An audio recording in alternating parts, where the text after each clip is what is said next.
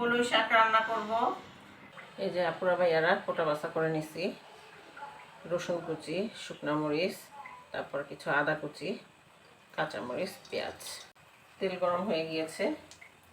প্রথমে এই যে রসুন কুচি আর এই শুকনো মরিচ কুচিগুলো আগে দিয়ে দিচ্ছি।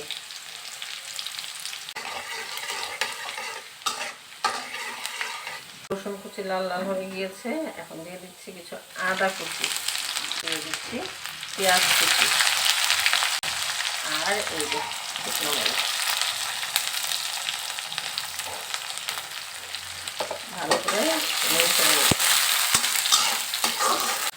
এই যে শাক, এখন শাকগুলোকে দিয়ে দিচ্ছি। এই শাক রান্নায় আদা কুচিটা অ্যাড করার চেষ্টা করবেন, তাহলে হজমের সুবিধা হবে। দিয়ে দিচ্ছি লবণ। লবণটা আমি একটু কম দিলাম,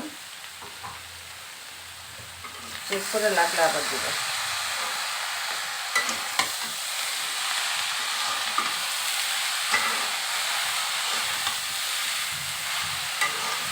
এই শাক সিদ্ধ হতে বেশি সময় নেয় না।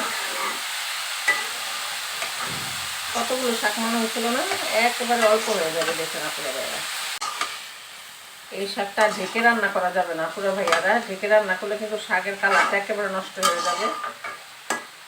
বারবার নেড়ে ছেড়ে দিয়ে 5-7 মিনিট রান্না করে নিলে কিন্তু শাকটা রেডি খাওয়ার জন্য।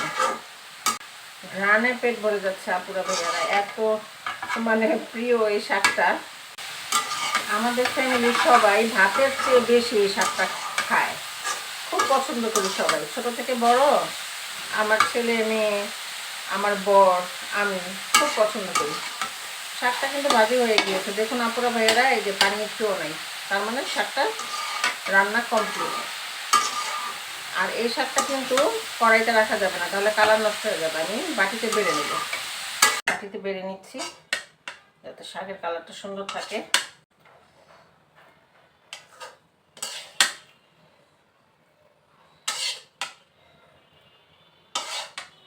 গরম ভাতের সাথে এবং সকালবেলা যে রাতের যে বাসি ভাত থাকে না, ওই ভাত দিয়ে সকালবেলা এই শাক দিয়ে খেতে কিন্তু অনেক ভালো লাগে। এই হচ্ছে ছোটকলই শাকের ফাইনাল লুকটা। তো আপুরা ভাইয়ারা, এই যে শুকনো মরিচ পোড়া দিয়ে এইরকম ছোটকলই শাক রান্না করে গরম ভাতের সাথে খেতে কিন্তু অমৃত লাগে। তো আমার রেসিপি ফলো করে রান্না করে খেয়ে দেখবেন কেমন লাগে, এবং আমার আজকে শাক রান্নাটা কেমন হয়েছে কমেন্ট করে জানাবেন। আজকে এখানেই বিদায় নিচ্ছি। আল্লাহ হাফেজ।